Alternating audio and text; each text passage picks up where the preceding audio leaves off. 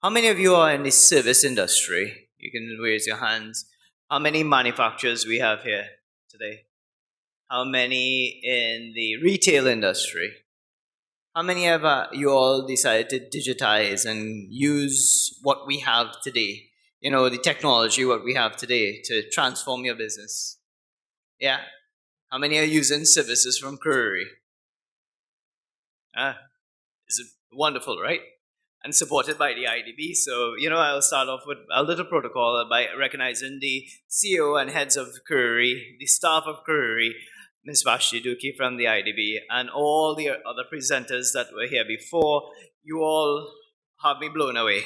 So I'm hoping this presentation here adds up to what you all delivered. Anyways, so when we're looking at the power of dreams, what we think of, and let me explain to you something about being an entrepreneur. And it's very much an exciting time, although we're coming out of the COVID-19 pandemic. And although we may be facing so much hardships, I am pretty sure there is a smart mind in this room thinking about some new initiative to make the lives of people better or to be able to market his or her product. I'm pretty sure we will hear about it in time to come. But that's where the soul and what drives an SME for today, an entrepreneur that is, right? Because when we find opportunities where no one else sees it. So for instance, I could see many opportunities in Trinidad right now, right? We've been facing flooding. We've been facing hardship in terms of inability to access, let's say, basic services, where we have problem with infrastructure, roads. I think, you know, with the brilliant minds that we have in this room and even in this country, we should start thinking differently, out of the box, instead of waiting for the solution to be brought to us, to be the provider of solutions. With that being said, I'd like to start my presentation, and this is where the dreams could come into reality. So let's talk about pre-pandemic, and this is just some figures that I have, and it just shows where Trinidad and Tobago is, where we are positioned in terms of the digital transformation in our country. And it so happened that according to iGov we're actually leading before El Salvador and before Mexico, which is pretty good. And I will say, give the government really a hands for that in terms of where we are positioned currently as of now. However, when it comes to, and I know Republic, you talked about the accepting of payments online and stuff. We're still having a lot of issues with that, because if you look at where we rank according to iGov in digital transformation, there's still, a lot of, let's say, the integration for the basic banking sector, right? In terms of accepting payments, it's still not as what it's supposed to be in terms of online banking. There's still a lot of bureaucracy within the systems, right? Even it's not that easy in terms of sending a wire transfer as before. It's not like if you're dealing with it in let's say a foreign country. For instance, America, it's a lot more easier. You could do it on your app. If you need to set a wire transfer, then the bureaucracy we go through here. I know the accreditation that we have to go to. I know the due diligence and the process. However, for us to be able to grow and do things faster, these are some of the initiatives or some of the hurdles that we need to cross, right? But however, it leaves for opportunity. So where are we now? Currently, this is where Trinidad and Tobago is at. It is at the systematic phase, right? We're now starting to think about where we are positioned, how we are going to take digitization and that transformation forward, right? Looking at all this, we then ask, Mr. Haddad was here before, and he was saying either diversify or die. I like to change that. Digitize or die. How many, and this is what I would like to ask, how many of you as business professionals in this room, whether how small or how large, incorporate some sort of digitized service within, or even have a front on social media in your business? How many? I know it was heavily driven by Ms. Agostini when she spoke about Facebook, TikTok, and blah blah blah. At the end of the day, that is the goal. Because if you check half the time, people sit down in their car and they're flipping through TikTok videos. I'm not saying while driving. Sorry, I shouldn't say in the bus or something. But they're scrolling through, and guess what? Within that mess that we think is social media, there is a lot of structure. There is opportunities, and there's where the entrepreneurs that we have for today have to see the opportunity and how to move forward. Now, let me give you a little bit of history of my company, right? We start off as a service-based company where we service vehicles. We take in customers' vehicles, and it's not basic service, just your oil change. We actually do a very specialized service where we take out your diesel pump and injectors, we put it in a very lab environment where it is cleaned properly, it goes through an entire process, and then there's a testing phase where we have these special machines that are supposed to be able to test the pump, injectors, or whichever mechanical piece that's coming out from your vehicle. And then we're able to give it to the customer with a proper report and so on. Now, because of globalization, it's a good thing and a bad thing. It has opened up for many errant industries to enter into our market. So, how do we remain competitive?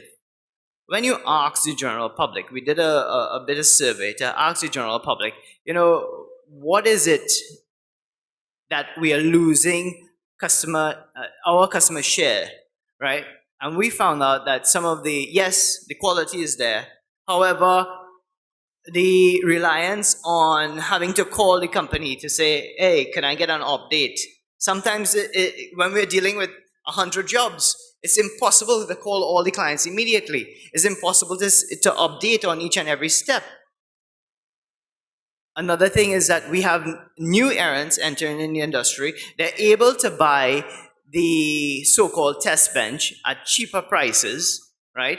Due to our lovely neighbors in China that mass produce anything that you could think out of the sun. So when you think that you have the agency or any sort of credibility of holding that product in your hand, and I paid millions for this. No, I'm sorry. Mr. China has been able to level the playing field.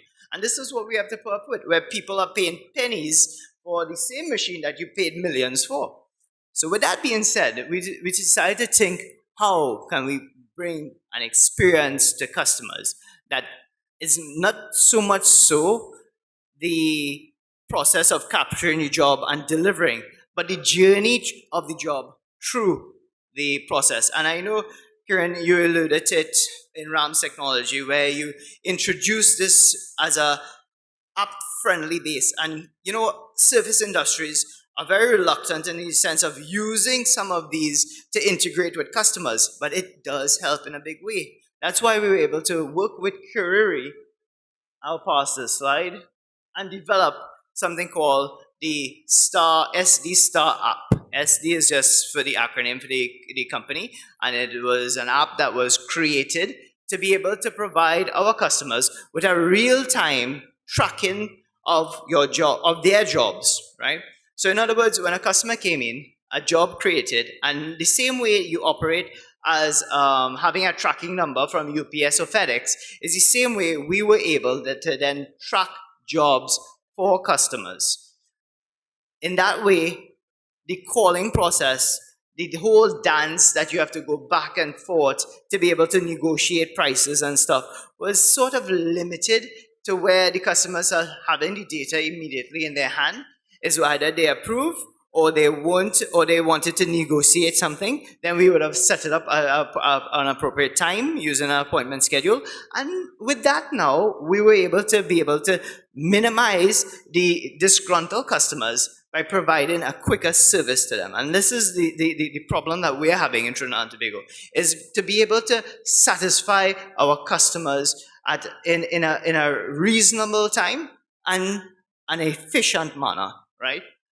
With this app, we were able to have data, and a lot of medium to small companies are unable to track data. And as an SME, I will tell you, or as an entrepreneur, I will advise you, it is very important to understand the data that you're collecting is integral to the growth of your company. Because we heard Mr. Haddad spoke about his company integrating. It was a vertical integration as well as a horizontal integration. The same way as Mr. Derek Chin spoke about the many different ventures he went through in his time. But why was that? He was satisfying the needs that he saw at the time as an opportunity, as an entrepreneur, to be able to provide a service or a solution for what was possible problems. I'm kind of ashamed to say this, but I remember going to the little arcade with the old airport, and I don't know how many of you can remember the old airport with the waving gallery, and it was true because airports then used to be a congregating ground where families would have gone to see their loved ones off because you know what, they're not going to see them for a long time. Everybody in the waving gallery, I don't know how many of you, because since a very young crowd, they will be in the waving gallery and we're waiting to see our family members go into the plane because at that time they didn't have the this funny tunnel thing that we go through now. Anyways, I forgot the name. But at that time, it was more a gathering ground. And he was right. You had these kids running around, and he saw the opportunity. And that's where entrepreneurs see opportunity where others don't. And this is why I will keep on saying it is an exciting time to be an engineer because we have many problems in this country. And this is where you can come forward. And collecting data also makes it important for you and how you can help develop your business, strengthen your business model, pivot your business model, because I'm pretty sure during COVID-19, a lot of you have learned a lot. A lot of you may have pivoted your business model. And the same way, in that vertical integration or horizontal integration, having such data is important. I would say in summary, the future is here. The future is now. And the goals that we have can be accomplished with just tenacity and the way we put forward. As entrepreneurs, we will be met with failures. Not all our ideas will work. We will fail. I don't know how many of you didn't know the story of Steve Jobs.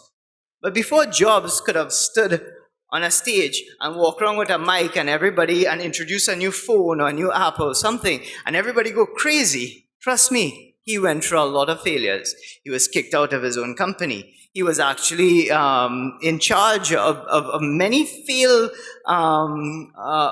ventures that he did during his time. But at the same time, too, Jobs kept with it. And because of the tenacity, that perseverance, he was able to create once more something that was successful. Apple needed to call him back to be able to have the success that they have today. So with that being said, I want to thank you. I hope you all enjoy this exhibition that is put on by Curry. Understand, it's been said over and over, Curry is one of the best kept secret in Karapichaima. I will have to say it's true. Because you know why? Before the pandemic, I believe it was 2014, I did a tour of Curry when I was president of the chamber. And they had a lab to do video conferencing. I was like, yes, nice, very posh, very futuristic. Not thinking we will ever need something. Bam, 2020, COVID-19. All of us, our living rooms, our bedrooms, even our bathrooms become video conferencing rooms. So you know what? It is interesting. I will ask you all as inspiring entrepreneurs to maybe visit their facility, see what they have to offer, talk to the staff. They're very friendly. There's Alicia, there's Jessica, there's Miss Lynette, who I deal with all the time, who helped me develop my app. So I believe they're there to assist, and it is also assisted and partly funded by the AIDB, which I'm sure a lot of you all will appreciate at the end of the day. I thank you.